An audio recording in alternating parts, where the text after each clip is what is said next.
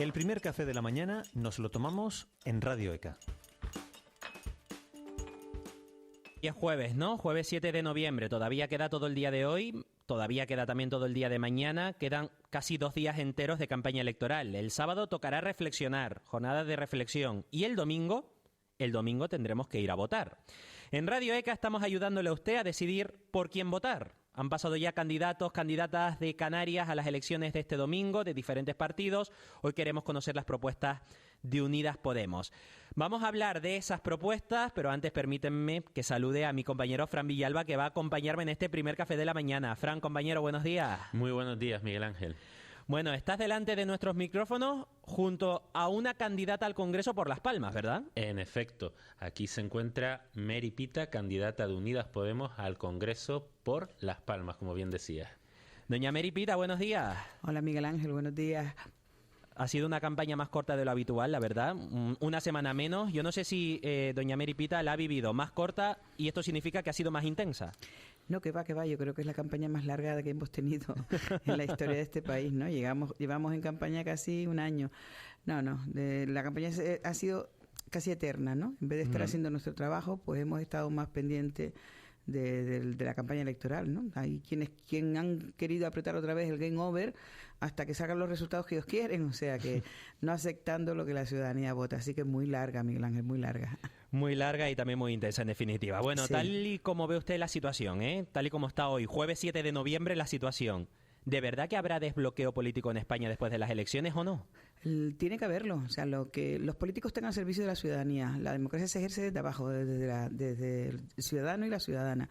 El político tiene que asumir lo que digan los ciudadanos. Ese es el concepto de la democracia. O sea, el poder del pueblo. Si el pueblo vuelve a votar y no da mayoría absoluta a nadie, habrá que hacer un gobierno de coalición, que es lo que hacen, por otro lado, todos los países de nuestro entorno. Alemania, Inglaterra, en fin, las comunidades autónomas. O sea, no entendemos esa resistencia que hay del bipartidismo a admitir lo que dice la ciudadanía en las urnas.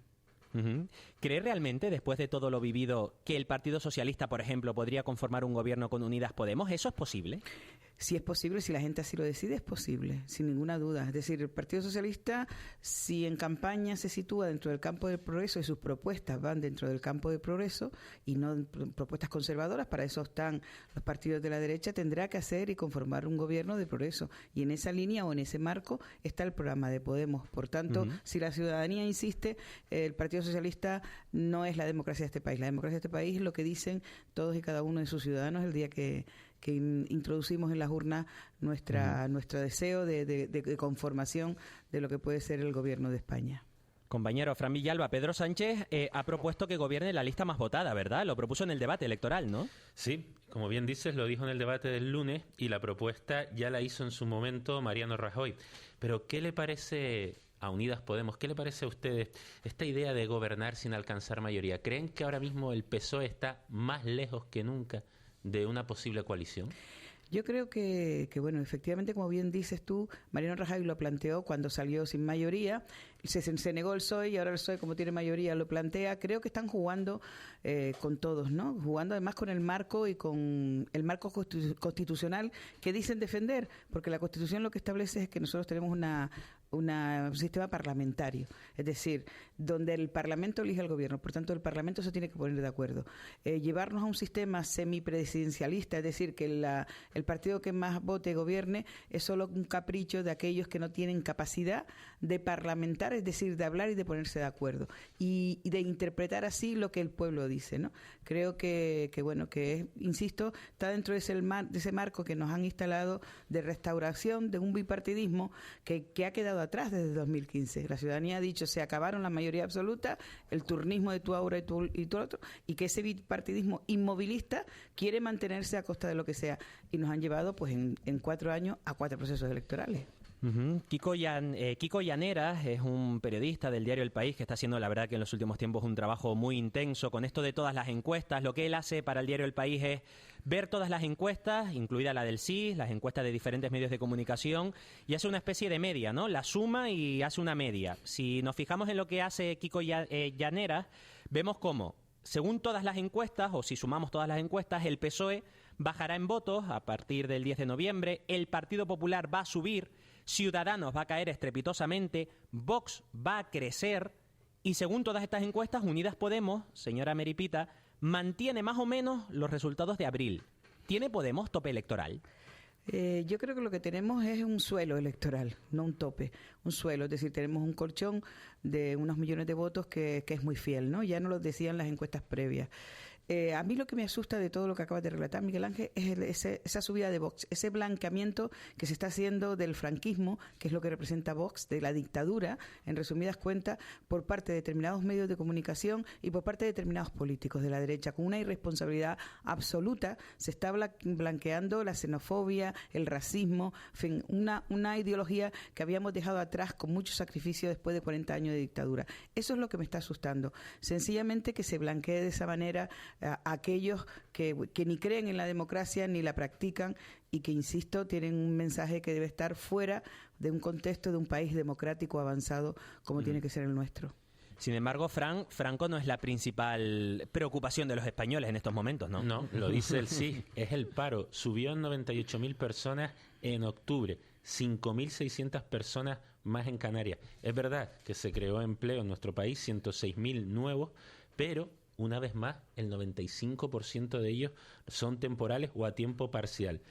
¿Por dónde pasan las soluciones de Unidas Podemos para crear empleo estable y de calidad?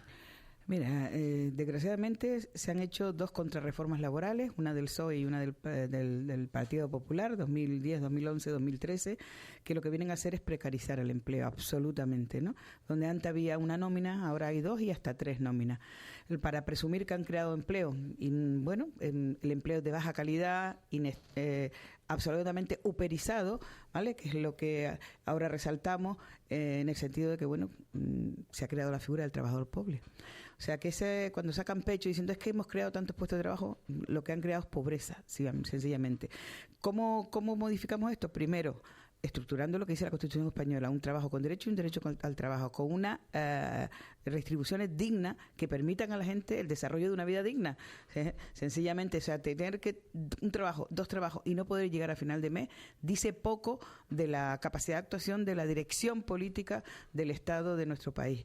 ¿Vale? Si tenemos en cuenta además que en ese periodo, ese decenio de la crisis terrible que hemos sufrido del 2017 de 2007 a 2017, vemos que hay una pequeña parte de la población que se ha enriquecido exponencialmente. Se han crecido sus fortunas considerablemente, mientras una mayoría inmensa se ha empobrecido. O sea, aquí el problema es de reparto de dinero.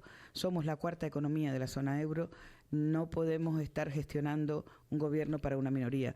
Los gobiernos, las leyes y los presupuestos generales del Estado, que es el dinero de todos y de todas, debe estar al servicio de la mayoría.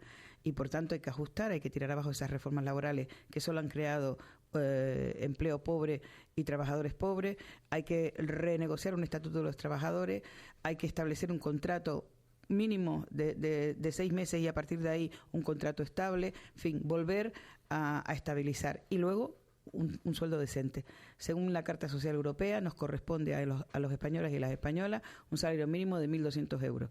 Cuando las familias tienen más ingresos, consumen más. Cuando consumen más, se activa la economía de las pequeñas y medianas empresas, que son las que en nuestro país generan empleo.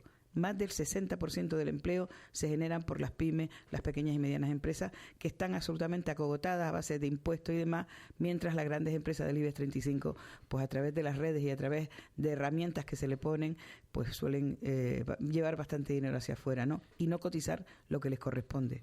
Hoy Europa va a tirar de las orejas a España, va a rebajar las previsiones económicas de nuestro país en 4 décimas, de hecho, del 2,3%. El PIB va a crecer a partir de ahora, según la Unión Europea, un 1,9%. Vienen malos tiempos para la economía, eso yo creo que ya no lo duda nadie, vienen malos tiempos y yo no sé si con esos malos tiempos económicos va a ser viable subir el salario mínimo, doña Meripita, hasta los 1.200 euros. ¿Eso es viable realmente? ¿Matemáticamente cuadrarían las cuentas? Por supuesto que cuadrarían las cuentas. El tema, efectivamente, que viene un enfriamiento económico ya se veía venir. Hay un sistema que nos mete en crisis para reajustar sus propias ganancias cada cierto tiempo. Cada vez estamos más cerca de una crisis de otra, ¿no? Acabamos de salir de una, apenas ha habido un respiro de crecimiento de dos años, 3 años, y ya nos meten en otra crisis, ¿no? Creo que hay que cambiar de sociedad que nos está llevando no a que la globalización sea el avance democrático en derecho y de igualdad de los pueblos, sino que vamos en una involución absoluta, ¿no? Y estamos viviendo en Europa, y empieza por el sur de Europa, pues lo que antes veíamos en Bangladesh, en la India, es decir, sueldos de miseria, trabajo inestable, exilio económico y todo esto, ¿no? Yo creo que en esa crisis, ese enfriamiento que viene, deben pagarlos los que, insisto, se han enriquecido durante esos periodos de crisis anteriores. Ahí por arriba, en España el artículo 31 de la Constitución dice que la fiscalidad tiene que ser progresiva y solidaria, que tienen que pagar más los que más tienen. Y en cualquier caso el 128, que nos gusta recalcarlo mucho, dice que toda la economía de un país, todos los bienes de un país están sometidos al interés de la mayoría, y bueno, desgraciadamente nuestro país no es así, ¿no?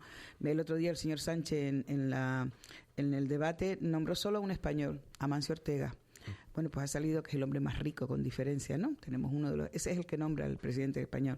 No nombra pues a esa sufrida clase media, clase trabajadora, que pagamos un impuesto del 20, 25, 27, en fin, sino a esas grandes fortunas que, insisto, pues será muy patriótico Amancio Ortega, pero créalo usted que la inmensa mayoría de su fortuna no la cotiza en España.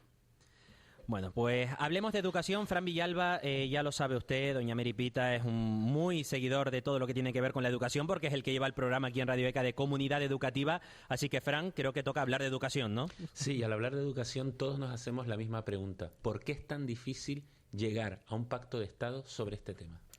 Porque es fundamental, es fundamental. Es decir, hay un sector de la política que representa unos intereses determinados, a una pequeña minoría que no le interesa tener un país culto, un país donde todos sus ciudadanos, todos sus jóvenes puedan acceder a la universidad, y entonces empiezan a poner elementos y piedras en el camino. Es decir, ¿cuántos estudiantes se nos han quedado en estos últimos años por la subida de las tasas universitarias? Si bajas los sueldos, uperizas las relaciones laborales y encima subes las tasas universitarias, ya tienes ahí el resultado de que muchísimos jóvenes no pueden acceder a estudiar, no pueden acceder a una educación gratuita, ¿no? Entonces, por eso, pues precisamente porque hay un sector político que no tiene interés en tener un pueblo culto, porque, bueno, la cultura es libertad. O sea, el conocimiento siempre va ligado a la libertad, al avance, a la democracia, ¿no? Entonces, bueno, que la gente no sepa, es más fácil de manipular cuando un pueblo... Pita por uno de los temas estrella de esta campaña electoral, por Cataluña, ¿no? Habrá que preguntarle, digo yo, ¿no? ¿O no? Desde luego, porque además proponen un referéndum para ver el encaje de Cataluña en España. Hablamos de un referéndum de autodeterminación, por tanto, ¿quiénes votarían?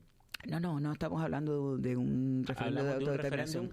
Hablamos de que se escuche. Nosotros no somos independentistas, nosotros queremos que Cataluña sea parte del Estado, como lo es Canarias, pero sí que tenemos que tener, somos conscientes de que España es un país de países, una nación de naciones. Lo dice el artículo 2 de la Constitución, cuando habla de nacionalidades. O sea, lo que pasa es que algunos se rajan la vestidura porque, bueno, ellos solo entienden la nación única, son nacionalistas pero centralistas, ¿no? Desde el punto de vista de que una única y grande España, ¿no?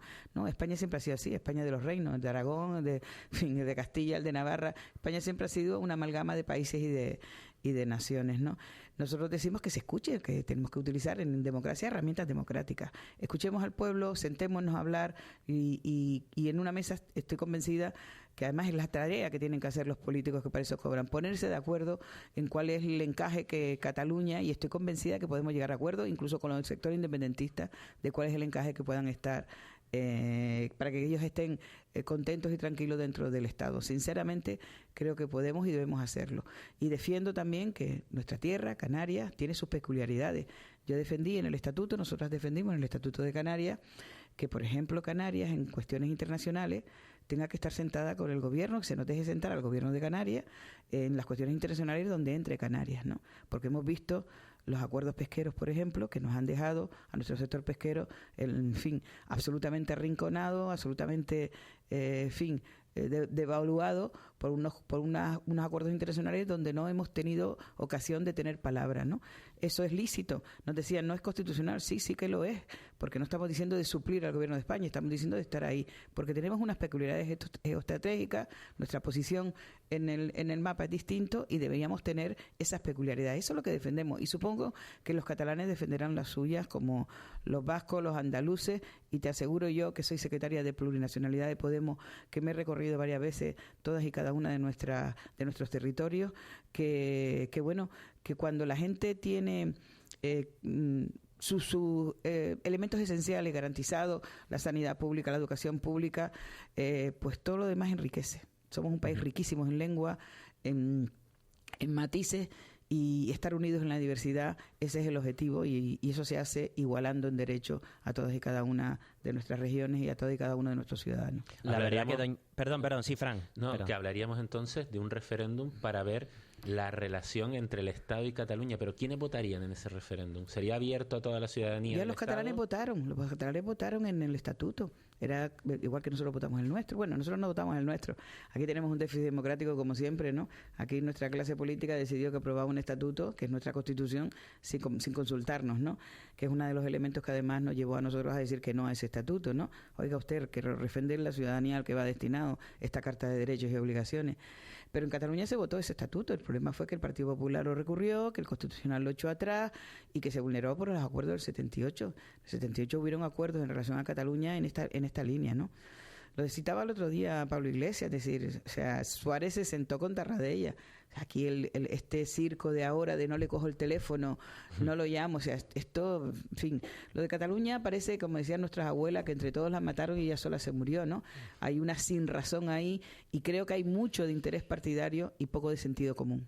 Bueno, para terminar, a todos los candidatos, a todas las candidatas que están pasando por los micrófonos de Radio ECA estos días, cerramos con ellos sus entrevistas electorales con un minuto de oro. No sé si es un minuto o no, pero bueno, se puede por lo menos adaptar a ese tiempo, más o menos. No vamos a ser muy exigentes, pero se adapta usted, por favor, a ese tiempo de un minutito, si lo tiene a bien, para pedir el voto a quien nos esté escuchando. Y si le parece, cerramos así, doña Meripita. Muchas gracias, Miguel Ángel. Mira, yo, más que minuto de oro, lo que sí quiero resaltar es que nosotros pasamos de súbdito a ser ciudadanos cuando fuimos conquistando derechos. Uno de ellos es el derecho al voto.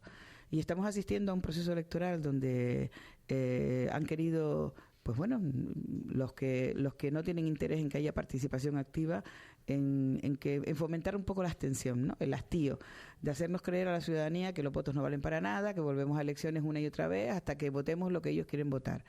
Yo llamo al voto, yo hago encarecidamente una llamada al voto, porque fíjate, el voto nos iguala, ese derecho nos iguala a todos. El día a día vamos a votar, va a valer igual el voto de la Botín, del presidente de la COE, de todos los poderes salvajes de este país, que el voto de cualquiera de nosotros, de cualquier ciudadano a pie. Y no debemos renunciar a ese derecho, no debemos convertirnos en súbditos, no debemos dejar que inoculen el mensaje de que no vale. Sí que vale, sí que se pueden cambiar las cosas y sí que podemos obligar a nuestros políticos a que hagan su tarea. Solo debemos insistir, persistir y no dejarnos convencer de que no sirve para nada. En democracia el voto es una de las herramientas principales, así que yo lo que hago es un llamamiento a que la gente participe activamente el 10 de noviembre y vote aquella opción que considere oportuna. Creo que se ha pasado solo unos segunditos del minuto, así que se ha portado muy bien, ¿eh? Doña Meripita, candidata al Congreso de Unidas Podemos por Las Palmas, gracias por estar esta mañana con nosotros aquí en Radio ECA, y como le deseamos a todos los candidatos y a todas las candidatas, muchísima suerte el domingo, ¿eh? Gracias, Miguel Ángel, gracias, mi niña.